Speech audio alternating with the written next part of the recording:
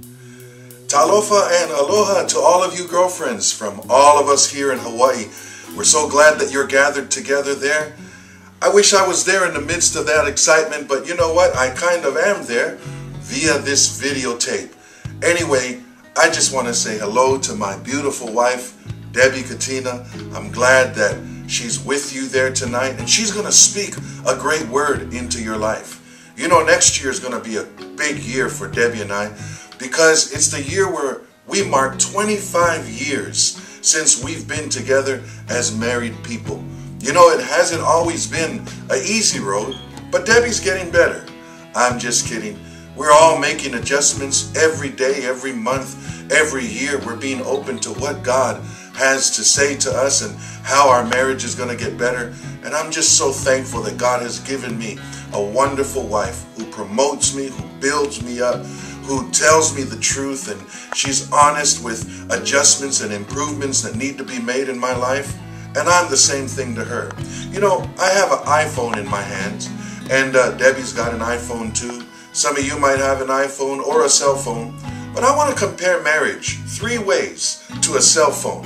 This might help you because, you know, number one, and as I talk about this, these are the 3 of the most unchecked things in marriage. If we can keep these things in check, then we'll be okay. Number 1, remember where you last left your phone. You ever run into that problem? And you're wondering, did I leave it in the car? Did I leave it at the restaurant? Did I leave it at the bank? You know, we need to have milestones in our marriage. Where did we leave off? What's the last thing that we said to one another?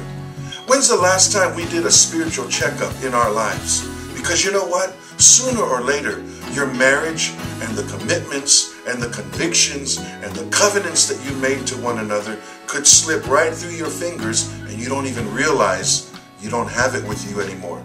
Keep that in check. Number 2, keep it charged. Do you ever forget to charge your phone? Debbie always forgets to charge her phone. So we have a charger in the car. We try to carry the charger around. I take my charger with me to the airport because I know these things can die out on us. You know what? Your marriage can easily die out on you. There's a lot of people who are still living under the same roof, but their marriage has died. Why? Because they forgot to charge it. You might ask me, Dave, how do I charge my marriage? Well, here's one thing. Take time for yourselves. We have 6 kids. We love our kids. We love spending time with our kids. We pastor a church. We counsel. We lead. We mentor. We cast vision, which makes the need for ourselves that much more greater. Time for ourselves keeps the marriage charged. Here's another thing. Try to make sure that you're speaking each other's love language. If one speaks French and the other one speaks Samoan, there's no way that they're going to understand one another unless they take the time to understand each other's love language. There's a book that I recommend for you to get. Write it down. It's called The 5 Languages of Love by Gary Chapman. You know, there's a language called gifts. There's a language called acts of service. I think Debbie's language is gifts. My language is words of affirmation. I don't need gifts. You just tell me I did good. You just tell me I did preached a good message. Man, that'll light me up. But what is your spouse's love language? Learn that love language and start speaking that love language. It will really help you out. One more thing here. Pay your phone bill.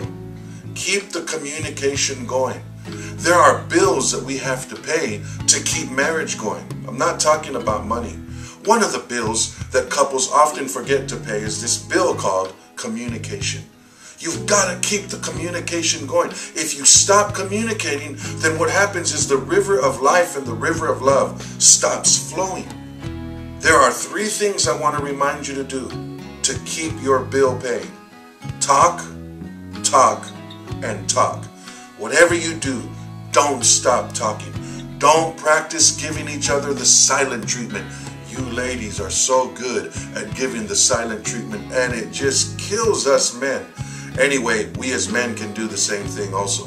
But I just want to encourage you. The rest of your life can be the best of your life if you start treating your marriage a little bit the same way you treat your iPhone or your cell phone, or maybe there's some things you do to this you don't want to do to your marriage, like forget charging it. Don't do that. Anyway, I know you're going to have a great time tonight. I pray that the blessing of the Lord will be upon you and your spouse, and your marriage will just get even better. And you single ladies out there, just wait. The ship is coming in, and God's got Mr. Right on there. God bless you, and have a great time.